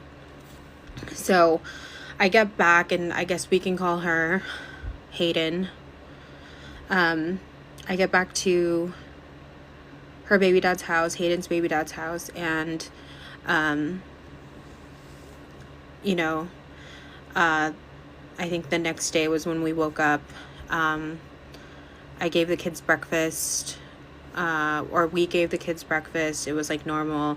And then lunchtime came around, and she gave Sebastian, I guess, some of the food, but she didn't offer. I literally had to ask, which I thought was so messed up. But anyways, I went to the bathroom. The kids were watching Paw Patrol, and she was on the phone on FaceTime with her mom. I was in the bathroom maybe like 5-6 minutes, and when I came out of the bathroom, I couldn't find my son or Sebastian. So I ran through the house, and I immediately knew something was wrong, because he had been singing right outside the door when I was in the bathroom. And when I came out, I got up and washed my hands quickly because he'd stopped singing. And I was like, that's so weird. So I searched through the house, and I didn't find him. And I ran into the room, and even though me and her weren't talking, I told her that I couldn't find Sebastian. She was just like, he was just here. He just walked by the door. And I was like, but he's not in the house. Like, something is wrong. Like, something is not right. And so we searched in the house, and I was thinking maybe he fell and hit his head, or I don't know what I was thinking. I ran out to the front of the house thinking that maybe somebody like got into the house and like kidnapped him. And she said we had to look outside, and I walked by the pond, and I didn't even want to look in there, honestly. I was so scared that he drowned, and like, I don't know why, but I think in hindsight I should have just gone into the pond. I should have gone in there. But I was so scared, and so I ran out to the street, and I started screaming his name, thinking maybe he walked down the street. And then her baby daddy got home, went into the backyard, and I guess as I was screaming in the front of the street, she told him to look in the pond. And so he walked in, and he hit his body with his legs and pulled him out. And that's when I heard Hayden let out a cry. And I knew just by the sound of her cry, like, I knew he had drowned. And I walked out back, and I saw him, my beautiful little boy, Blue. And I started screaming. I was literally floating. I had never felt like, it was the most sick feeling in the world. Like, this, he was everything to me. And her boyfriend had started giving him CPR, and she called the police. And I told her to call 911 and get an ambulance, and I went out to the front, and I just remember I was floating, but I could hear myself screaming for help. And apparently I was screaming so loud that a fire department nearby heard my screams and showed up. And they kept giving Sebastian CPR for 30 minutes. And that's when they took him on a helicopter. They questioned me like I had done something to my son, like I'd ever harmed him. It was the most horrible feeling in the world, not understanding how that door could have been open when we had just had an argument over it. Basically what Hayden and her baby dad had said was that maybe during a barbecue or something, somebody accidentally left that door open when they weren't supposed to. And we kind of left it at that. I remember that while the paramedics were working on him, I went inside, I like hit my knees, and I prayed to a God that I didn't even know if he existed. I asked him for 5 more minutes, just 5 minutes with him, anything. And I promised him that if I got those 5 minutes, that I would hand over my will and my life to him, but just to save my boy. And I think that that's the first time that I really do believe that there is something greater than us out there, because we drove to San Diego. They took him to Rady Children's Hospital, and he was hooked up to machines, and I'm sure you guys have seen the other videos. He was on oxygen, and they basically told me that he was dead and that he was just being kept alive by machines. And I didn't believe that. I prayed, and I talked to another doctor in New Orleans, Dr. Harch, and he made me believe that through hyperbaric oxygen therapy that he could bring my boy back. And I was very close to pulling the plug, because they said his brainwave suggested that his brain was dead. And when I talked to Dr. Harch, I changed my mind. We started doing normobaric oxygen therapy, so we increased his oxygen to 100% for 45 minutes twice a day. And suddenly his eyes opened. And that's when I decided that I was going to give this a try. And so we did.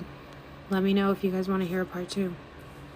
Without naming your profession, what is something you say 100 times a day? No, because this is absolutely correct. I think the whole point of me sharing this is that you can't trust people with your child ever, okay?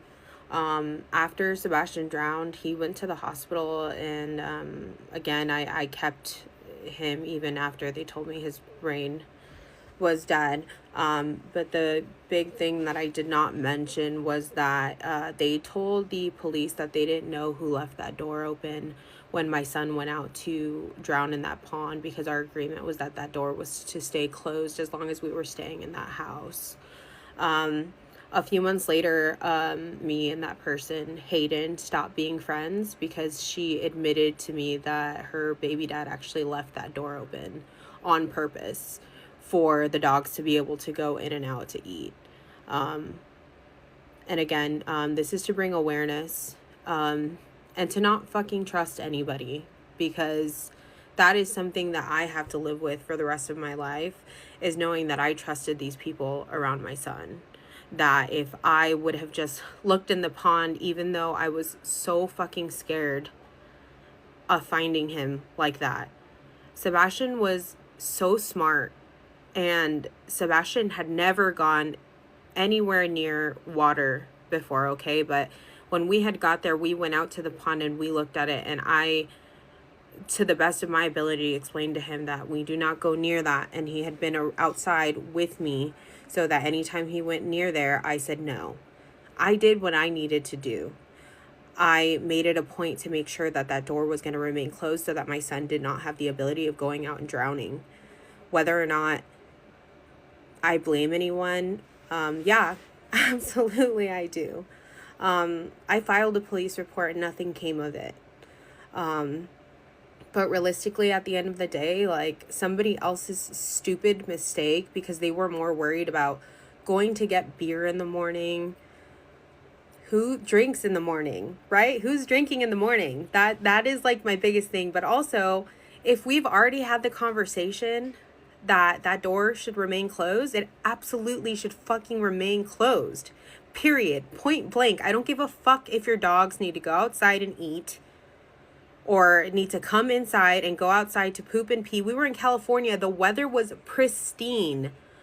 The dogs would have been absolutely okay outside for a day or two if you were so worried about letting them in and out, and you are so fucking lazy that you cannot open and close that fucking door to let them in and out. It's really a huge deal. You're right. It absolutely is a huge deal. And my son is dead after 15 months of fighting for his life, after learning to wave, after smiling, after starting to babble back and forth. I have to know that he started having really bad seizures because of that drowning incident.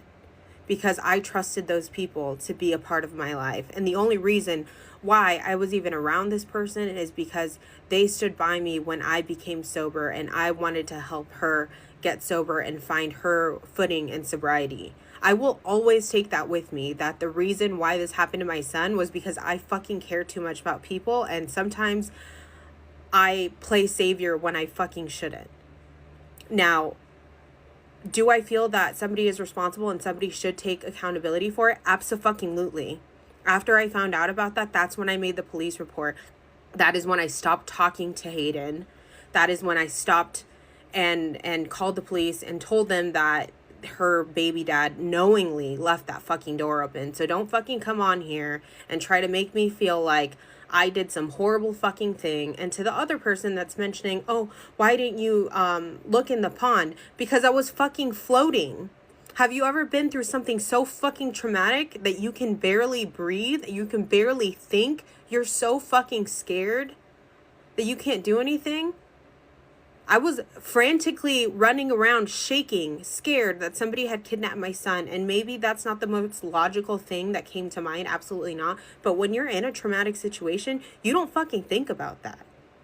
You don't. And I know because I've been in it twice. And I got to do a second round the day that my son died. When I woke up next to him and he was not breathing. When I did CPR for him the entire time before the paramedics got here.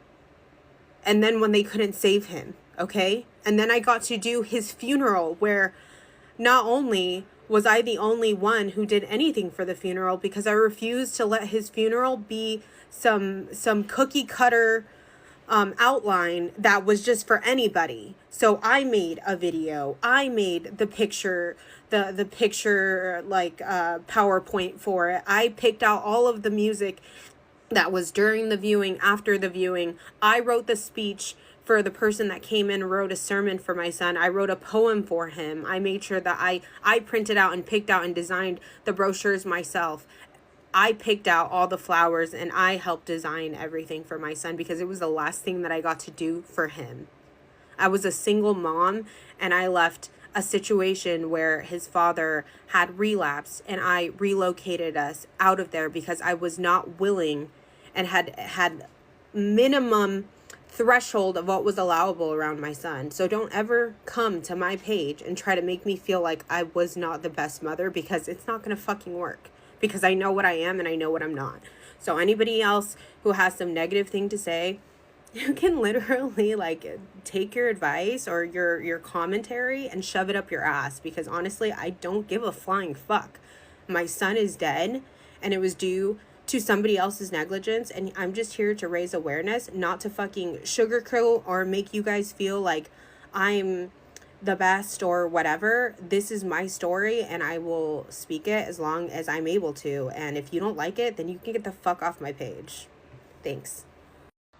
Redoing this video because apparently it did not work out. So wrong. He was actually on the opposite end of the house when I went into the bathroom. He was in front of the TV watching Paw Patrol, eating his lunch with my friend's 4-year-old son. The reason why I didn't take him into the bathroom with me was because the last time I took him into the bathroom with me and I was going to the bathroom, he decided that he was going to throw a tantrum and throw himself back, and they had tile, and I caught him with my legs while I was using the bathroom. So, thinking that there's no way that, you know, my friend wouldn't be checking up on her son as well and making sure that they're okay, we didn't really think much about it, right? Like, that's not a big deal. It's not normal, and you guys can say whatever you want, but there are hundreds and thousands upon parents who go to the fucking bathroom and their child is safe when they get back. Now, the key component to that story and that part of it is that I was in the bathroom when I heard Sebastian singing outside of the bathroom, which means while I was in the bathroom, he decided to walk over and see where I was. And that's where he got out of the doggy door. But again, you couldn't see outside of the doggy door to see if the other door was closed because it was a dark doggy door. I am sorry, for I have sinned. Please let this heal me. Also, adding on to the last video that I did, as far as my friend being a weirdo and me going out there, she was not acting like that before I went out there. And friends, you know, have disagreements and then they talk about them. And I figured that would be exactly what happens, right? Like, she's thinking something was meant one way and I meant it the other way. So when her and her baby dad got into a fight, he did come over and try to get me to take sides, and I wouldn't. But she had been drinking, so I don't know if she was even coherent enough to remember that. I mean, later when she did tell me that he knew that the doggy door was open, she said she didn't even remember me and him having a full-blown argument about the doggy door. So that tells me that she must have been pretty inebriated for her not to remember that, which is another really big reason why me and her are not friends anymore. Because it's one thing I mean, regardless, you know, I know a lot of people are saying I shouldn't have been in that situation, but you never think that, you know, something like this is going to happen. This happens in the blink of the eye, and that's why I decided to share this, because it can be your kid, right? You might have a fence around your pool, and maybe one day somebody accidentally leaves it open, and somehow, you know, your child learns how to unlock your sliding door, and there you are, right? And the whole world is going to look at you like you're a horrible parent. But the truth of the matter is, this happens all the time. I live in Arizona, and I hear about drownings all the time. And this was not something so that you could come bash my parenting skills or pick holes in my story. This was to bring awareness and to let people know that it can happen to anybody. And you can sit here and you can try to punish me and you can try to poke holes in my story, but at the end of the day, like, nothing you say or do could possibly hurt me more than losing my son. And anyone who knows me knows that Sebastian was my whole world. He was everything to me. I wasn't even able to get pregnant originally, or that's what they told me, that I was not going to be able to get pregnant. So Sebastian was my miracle baby. I had a miscarriage the year before, and I had finally gotten to the point where I was okay with not having kids, and that's when I became pregnant with Sebastian. And you can think what you want and say what you want, but I know that my son was an angel and he was here for a purpose, and I don't know what that purpose is, but I just lost him in October. I'm not here to argue with anybody. I'm just here to share my story, hoping that somebody in the future doesn't make the same mistake. Somebody doesn't have a beautiful baby and think that they can go around saving people, or, you know, just trusting just anybody around your kid, like, or ever staying anywhere. I tell this to people all the time. If you ever stay somewhere and there's a body of water and it does not have a fence around it, regardless of whether or not people say the doors were going to be locked, find somewhere else to fucking go. If you learn nothing from my story, learn that. Find somewhere else to go. It's not fucking worth it. It is never worth having your child around a body of water without fences. I think it should be illegal everywhere. And for the people telling me to look into that law, I have. It's different for ponds. If it were a pool, it would have been a different story. But since it's a pond, it's a different kind of body of water, even though they made it. So learn from my mistake. Take that at the very minimum, and just remember to keep an eye on your kids and stay safe out there, because this world is cruel, and one day you can be living the best life that you've ever had, and the next minute it's your nightmare. So